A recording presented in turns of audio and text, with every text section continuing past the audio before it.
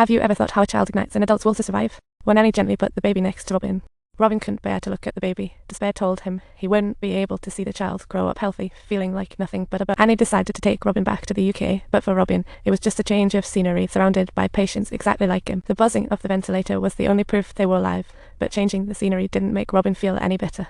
Instead, he increasingly felt the burden to Annie, despite outlasting the doctor's predictions. They could never escape the cold breath of the machines, and Robin didn't know how he could bring happiness to the woman he loved. Days passed, Annie's condition didn't improve. She fell into despair.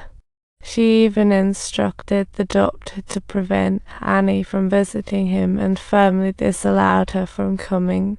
Robin was aware that he hadn't embraced the reality yet, but deep down, he yearned to preserve his dignity in front of Annie. So she had to send her 2 brothers to visit him, but all they brought back was Robin's desire to give. But Annie wouldn't give up, even risking her life. She had never quit. Thankfully, advanced medical tech was there. Robin gradually learned to swallow. If all went well, they could remove the balloon from his trachea, allowing him to speak normally. Even hope of improvement couldn't ignite Robin's will. She just wanted to pull out the tube for a few minutes of pain. But that could bring everlasting peace. To help Robin stay strong, Annie brought their son to the hospital every day, but Robin still couldn't look at his child. He knew that having something to care for would only add to his pain.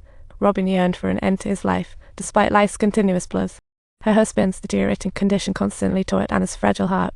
She never cried in front of him, putting on a brave face instead. She wanted her husband to see a glimmer of hope, so she called an esteemed priest, hoping to lift Robin's spirits. But how could she believe in that morning? Robin discovered he could move his previously lifeless hands, starting by pulling out the tube he relied on for survival. Then he slowly sat up and took a deep breath of the long-forgotten fresh air, but it was all ultimately just a dream he had longed for day and night. Annie still sat by his bed, desperately telling her to leave, for he was now just an endless burden.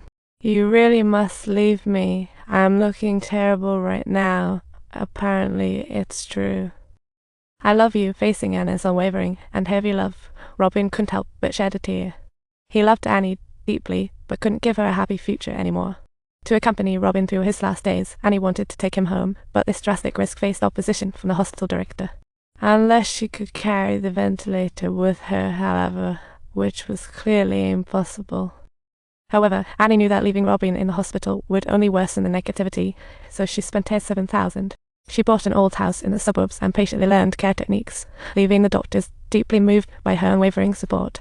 Eventually, they decided to risk being fired and secretly helped Danny relocate Robin, but when they pushed him out of the hospital, unfortunately, they ran into the director. "You don't have my permission. This is a garden, my garden. You have no right to keep me here, naturally, to do my guest.